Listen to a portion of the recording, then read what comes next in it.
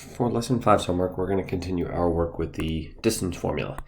So for lesson 5, number 1, determine the distance between the points 3, 6 and 7, 3. So first, let's write our distance formula. So d equals big square root x2 minus x1 squared plus y2 minus y1 squared. And remember, since we're squaring them, it doesn't really matter what order we choose our points to be in. x1, y1, x2, y2. d equals big square root. We will be 7 minus 3 squared plus 3 minus 6 squared. Now remember, we're going to put all this underneath the square root into our calculator at the same time, except for our square root. So our calculator here will be 7 minus 3 squared plus 3 minus 6 squared. We end up with 25, so that works out nice. 25 is a perfect square, so the distance between those 2 points is 5 units. All right, so simple enough, just plug in, use your calculator. Determine the distance between the points negative 12, 18 and negative 18, 14 in simplest radical form. So it'll be x1, y1, x2, y2. Be a little bit more careful here with our negatives. So negative 18 minus negative 12 squared plus 14 minus 18 squared. So as we go to our calculator, we are negative 18 minus negative 12 squared plus, I think it was, 14 minus 18? So 14 minus 18 squared gives us 52.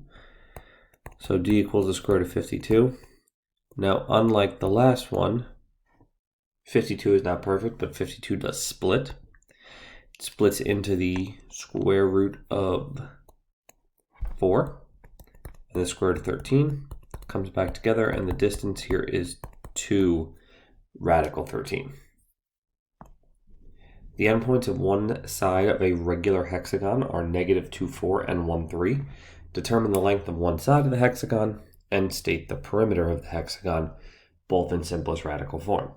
So once we find the distance between those 2 points for one side, we can multiply it by 6, and that'll give us our perimeter. So x1, y1, x2, y2, d equals big square root 1 minus negative 2 squared plus 3 minus 4 squared.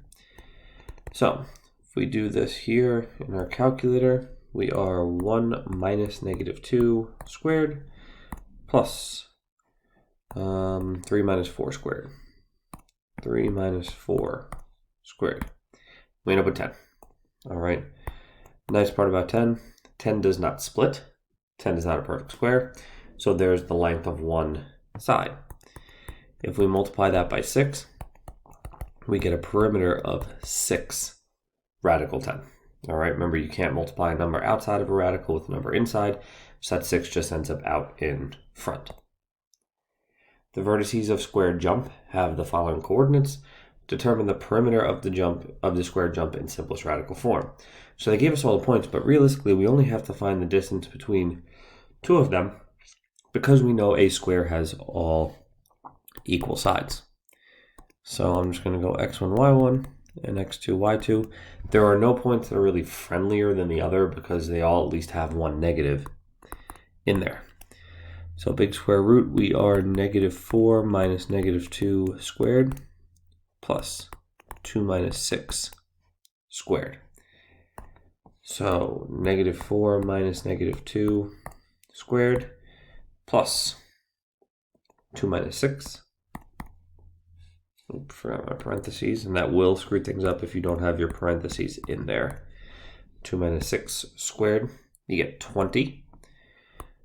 So d equals the square root of 20. We'll simplify that. Square root 4, square root 5 comes back together to give us 2 square root 5.